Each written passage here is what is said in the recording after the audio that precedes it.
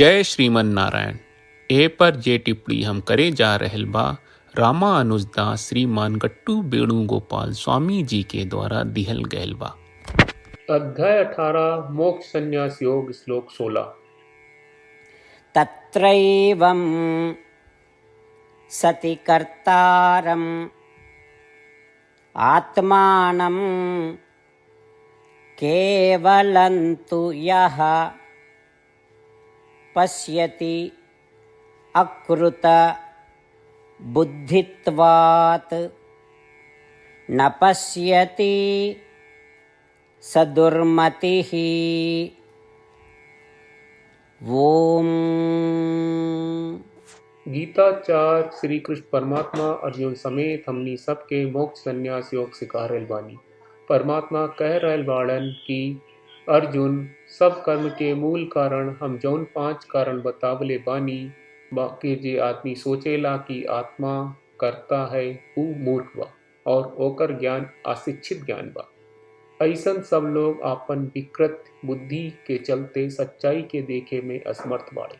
ई कह के श्री कृष्ण परमात्मा ई साफ कर रहे बाड़न कि जे व्यक्ति आपन के हर कर्म के कर्ता समझेला और ई ना जानत होके कि शरीर, आत्मा, इंद्रियां, वायु और परमात्मा हर कर्म के कारण हवे, ऊ अपना में जीवन के सच्चा रूप ना देख सकी और ओकरा ज्ञान अनुचित ज्ञान बा।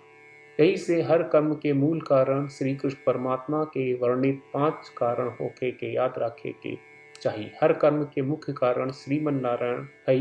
हर कर्म के ऐसा तरीका से करे के चाहिए कि श्रीमन नारायण प्रसन्न हो। श्रीमन नारायण के प्रसन्न करे खातिर हमनी के जीवन के उद्देश्य और खाली श्रीमन नारायण के शरण लेके हमनी के श्री कृष्ण परमात्मा के वचन के श्लोक के रूप में जैसन वा वैसने दोहरावे के कोशिश करी जा। तत्रैवं सति कर्तारम् आत्मानं केवलन्तु यः पश्यति अकृत बुद्धित्वात् न पश्यति स दुर्मतिः।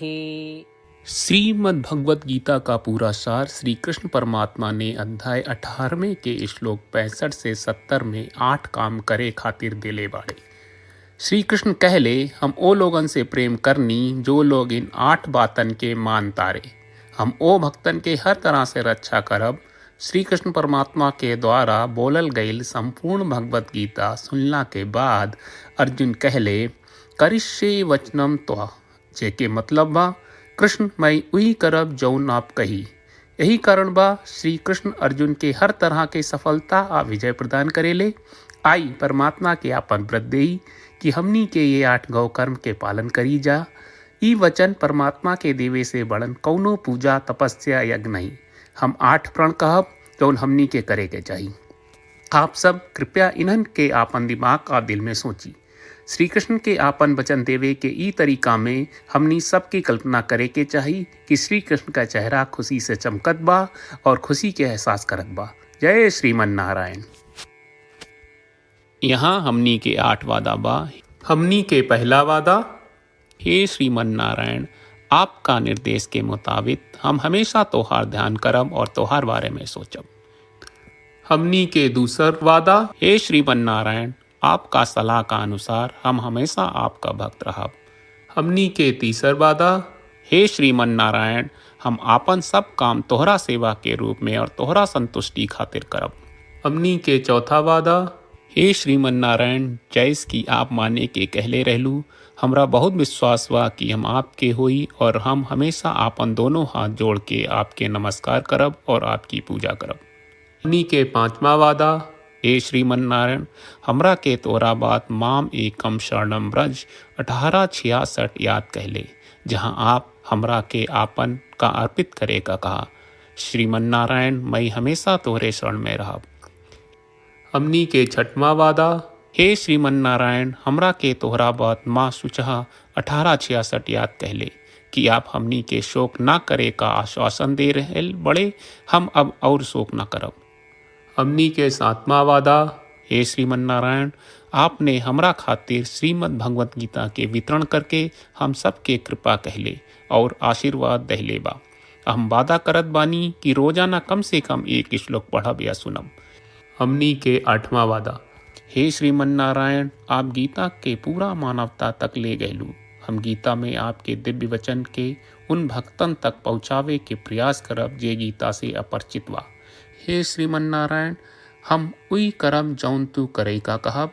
हम ऐसन व्यवहार करब जैसन आप चाहत बानी और हम खाली आपका खातिर काम करब। श्रीमन्नारायण के रोज आपन वचन देहल कि हम ओइस करब जैस आप कहत बानी, ई अपने आप में बड़न पूजा बा। श्रीमन्नारायण, करशे वचनम त्वा। श्रीमन्नारायण, हम तोरे निर्देश के मुताबिक काम करब। सर्वं श्री कृष्ण अर्पणम अस्तु। जय श्रीमन्नारायण।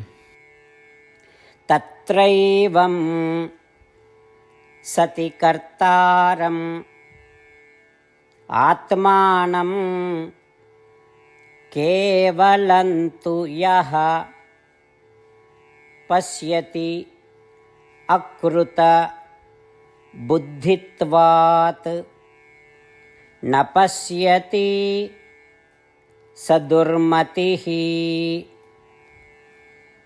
ॐ